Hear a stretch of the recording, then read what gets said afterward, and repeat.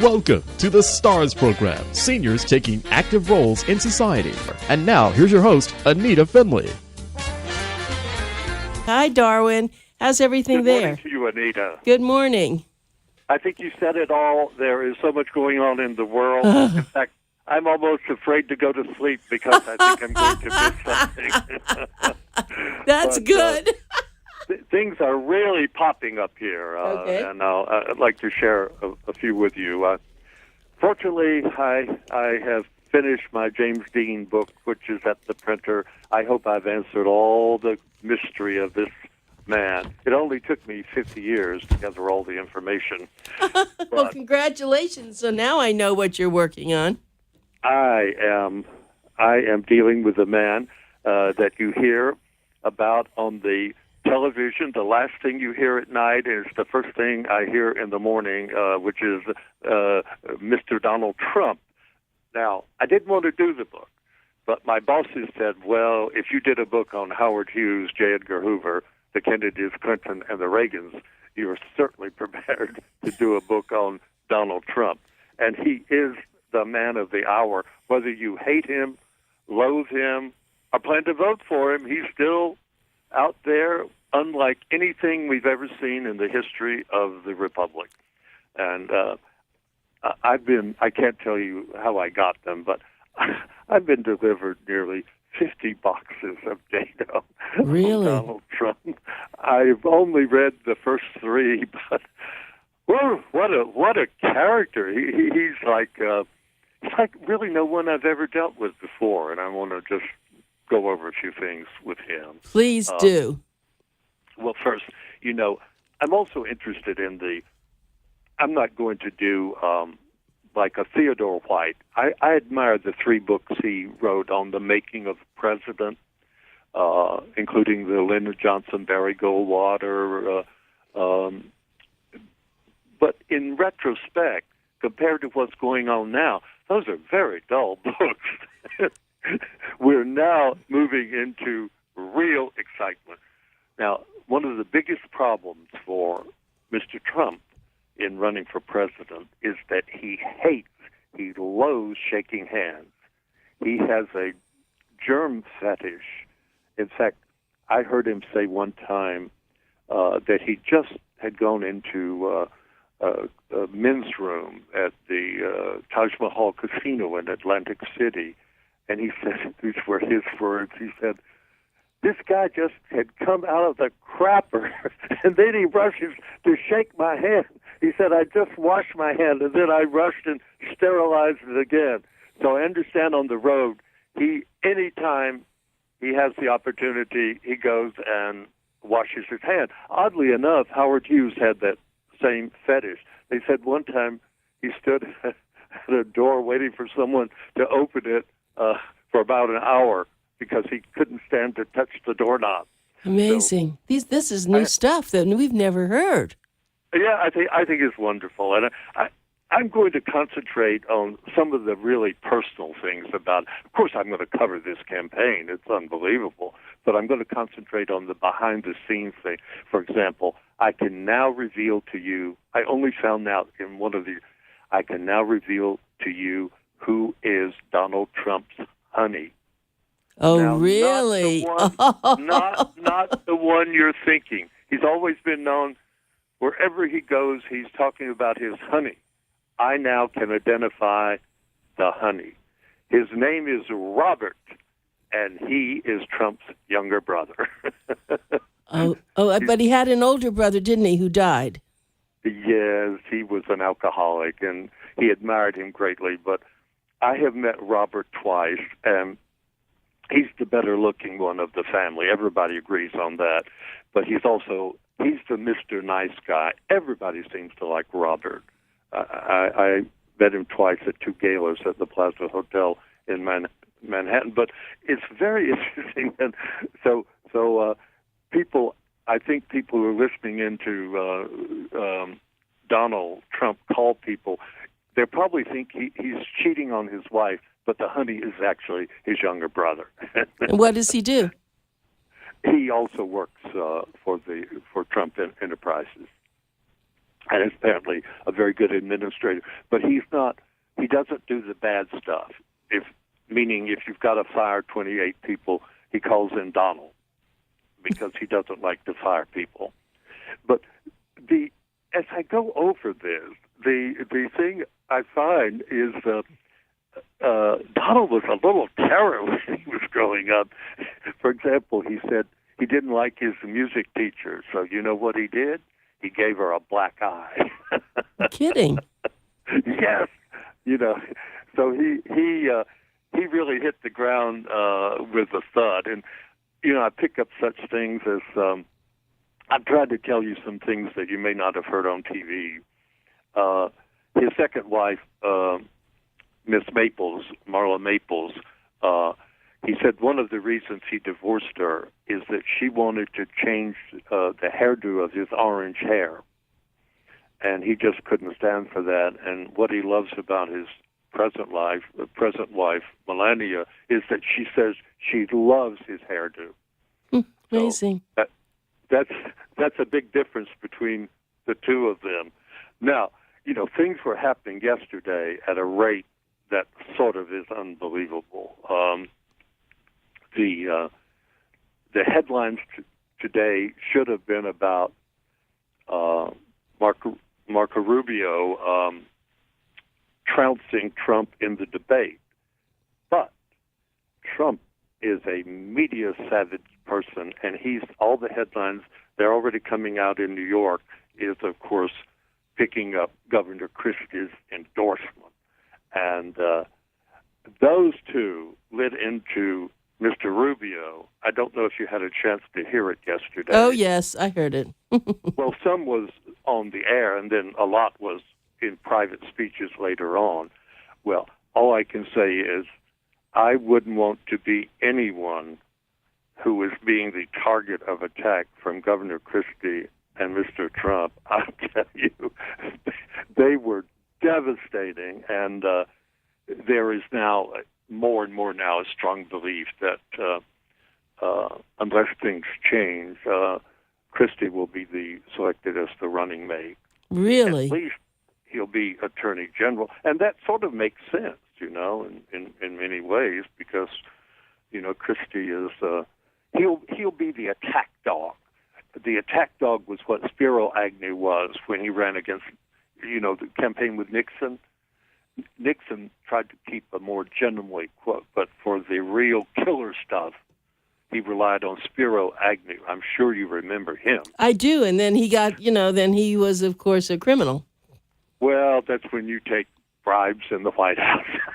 Right. You're not supposed to take brown paper bags filled with money if you're the vice president. And now, so Christie will be the attack dog on the road, and of course, Trump doesn't really need an attack dog because he's pretty damn good at it himself. I just have to say one thing, though. This is not going to be a Theodore White book. Never in the history of the Republic have I heard two candidates for president, and this time Trump and Marco Rubio, actually talking and accusing each other of peeing in their pants. I mean, that was really something. I was really, wow. Yeah, like Trump says, he found a puddle of water there because, I mean, he left open the possibility it was all come from sweat, but people, when they hear a puddle of water behind your pants, under your pants, they come up with a different conclusion. But later on, Rubio shot back, and he said, backstage, Trump always demands a full-length mirror, and even though he'll be only shown on the waist above the lectern, and he said, I think it's because Trump fears he's wet his pants. So Rubio got back at him. But have you ever heard talk like this? No, I just don't understand it myself. I just wonder what our country has come to, Darwin. Well, that's almost something else I can talk about very quickly. one of the glories of living in New York City is that you can get a newspaper from every country in the world, and I mean almost every country in the world. There's a huge stand that just has everything, and I'm always interested in what particularly the papers of Western Europe are saying about America. And now they concentrate on very things that don't even sort of make it in the American press. Let me give you an example. In this recent debate, they made headlines with a piece of pastry, believe it or not. They said, here the world is about to explode, and all sorts of things are going on, and people running to become the leader of the free world are actually devoting a lot of time about whether a person is being forced to serve a cupcake to a gay couple. Is that really what we need to be taking up our time? That's right. And so they mock us. And yes, the funniest line was they said the presidential candidates in America today are like reminds me of the first movie Star Wars and the bar scene where the weirdos of the galaxy meet to have a drink. So they're really sort of mocking us at this campaign. Although for a journalist, it is just sort of fabulous. I mean, the stuff to write about is incredible. My big job will be what to highlight and what to focus on. Now, I have... Wait. Before you go, I wanted to tell you the thing that I was amazed at the debate is that Blitzer and the others lost control. Yes, completely. Wolf Blitzer is very fair, but he was... you almost needed a Trump to moderate. You needed a powerhouse. Christie could have done it. And Wolf Blitzer is such a gentleman that they just started screaming at each other. I mean, and I thought sitting in the back was George and Barbara Bush. Oh, I was wondering what they were thinking. Well, I didn't wonder what they were thinking. They must have just almost been out of the world. They couldn't handle this. Again, I'm being helped a great deal in this. I can't. My sources are unimportant, and I have a confidentiality thing, but I'm being fed incredible information, and there's something about to happen, and it's already started this week. I don't know if you've heard about it yet. This is going to be the dirtiest campaign, and we've had some, even in the 19th century, some pretty rough campaigns for president, but this is going to be the dirtiest campaign in American history. And they have people working on both sides, the Republicans and the Democrats. They've had people working on accumulating incredible data, and the attack has begun 4 days ago. Now, the first people under attack are Marco Rubio and Bernie Sanders. And can I just review quickly what the point of attack is on these two men? You've got the mic. Okay. The first is Marco Rubio. The headline has come out, porn links, gay parties, and a shocking arrest in Miami. And the first story is appearing in the National Enquirer. It's going out now around the world. A lot of people attack the National Enquirer as being, space aliens or something invading the Earth. But I know the lawyers there, and they've been very kind to me. They're quite bright, and they were the first to break the Gary Hart. He was the front runner for president, and then he was called on the boat right off the coast of Florida. I remember. You remember him? Oh, yes. And then they were the first to break the Monica Lewinsky Bill Clinton scandal, and more recently, and we once did a show on him, John Edwards for a while, the senator, and the National Enquirer broke that, and that was his Argentinian Sweetie, right? Yes. He was, poor cancer-stricken wife. Right. Well, there went his presidential chances. Let me review briefly the two things there that are going out now on Mr. Rubio. One is they've got, and this was vetted by their lawyers, they've got two pictures of him. Now, this was back when he was like 18 and 19 years old. One, he's on Miami Beach dancing topless in a bar. He had a pretty good figure then. He's put on a lot of weight. And the other, they caught him in a foam. I don't know if you've heard of those in Miami. They have these foam parties. No. Where they have these nude men get in this big tub-like thing and foam and all sorts of things going on there. And this thing, then they got a picture of him they caught there. And then in another one now, this police major in Miami, Delriche Moss, has revealed that Trump was arrested at 9:37 p.m. on May 23rd, 1990. Now, you may know this park in Miami. Wait, you just said Trump. You didn't mean Trump. I meant Rubio. Yeah, okay. You said Trump was arrested. Okay. I have Trump on the brain. I know that. I don't know this park. I grew up in Miami. It's called the Alice C. Wainwright Park. Where is it located? No, where is it located?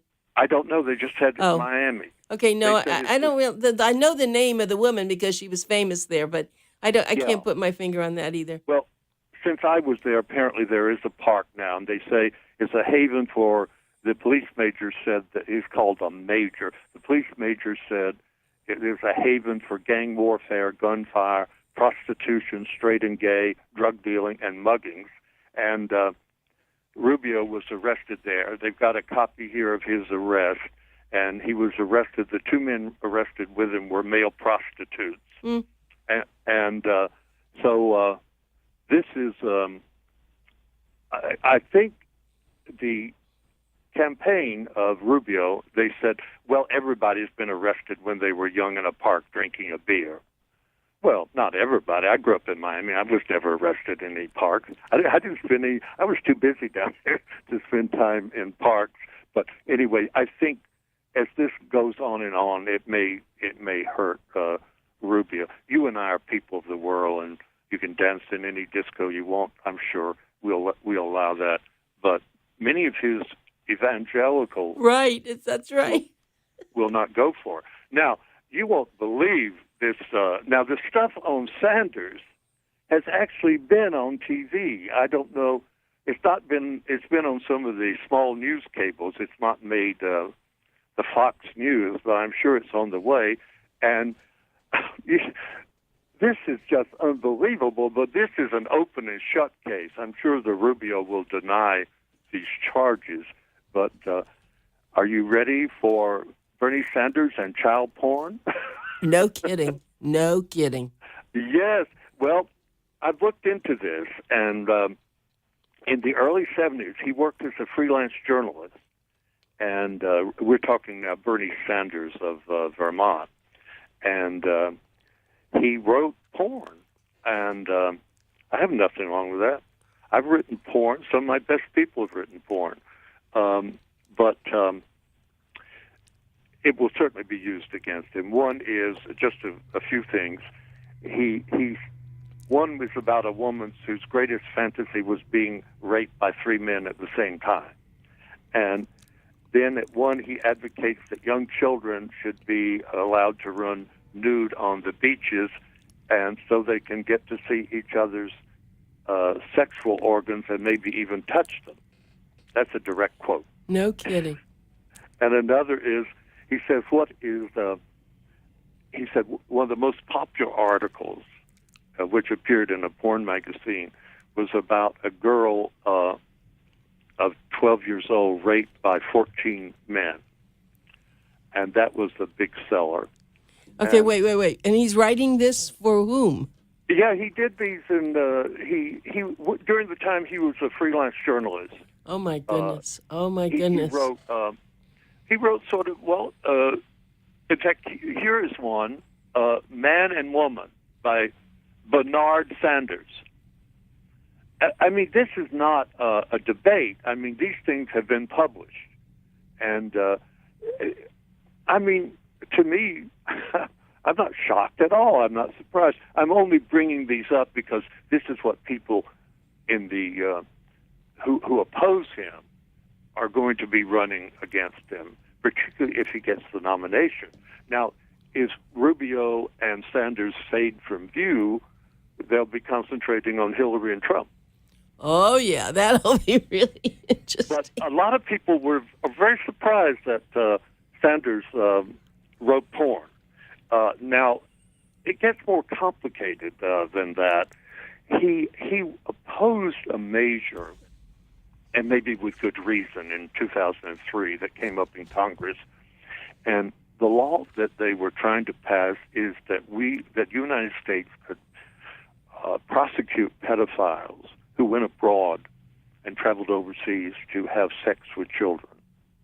Now, there are planes like leaving from Germany who fly to Thailand, and the sex trade in children, is very, in fact, it's one of the major things in the Thai economy, and he opposed that. Now, of course, that brings up a question: should the government be arresting people for doing things abroad? You see, it was a question, a constitutional question, and then what really turned some people against him, he voted against a law that would outlaw child porn on the internet. So, would you think all these things will be coming out to be used against him? Oh, they will. And I was thinking as you were talking, I don't know if I have time every Saturday morning for you to start us off, but maybe during this this campaign, I'm going to figure out. I don't know if you're up for being on the show more than once a month because it's too juicy not to have you. Well, it's just that, Anita, there is so much happening. I know. I'm reading and writing this stuff and collecting it. Wow. We don't have much time, but there's something I want to talk about the book industry as relates to these people. I've just got the latest figures. There is no doubt about it that Donald Trump and Hillary Clinton are the big bestsellers. She wrote Living History in 2003 and Hard Choices 2014. They're pretty hard reading. Meaning it's not the kind of spice writing I do. And then Trump has written 15 books. I've just got his latest about how he can save and change America. His Art of the Deal sold. It was nearly 3 million copies today. Amazing. And, we've just run out of time, and I can't believe this. I want so much to talk to you more, but maybe we can arrange to have you come on more if you're willing to do it, because you are really in the hot seat now. So anyway, it's what's happening in America. I have some more. You won't believe some of the. I want to have you on more, so we'll arrange that if you're willing. We'll get you on more, and we have to go. We have another show that is just chomping at the bit to be on. It sounds like you have a great lineup, and it's goodbye. You're my favorite. You're my favorite.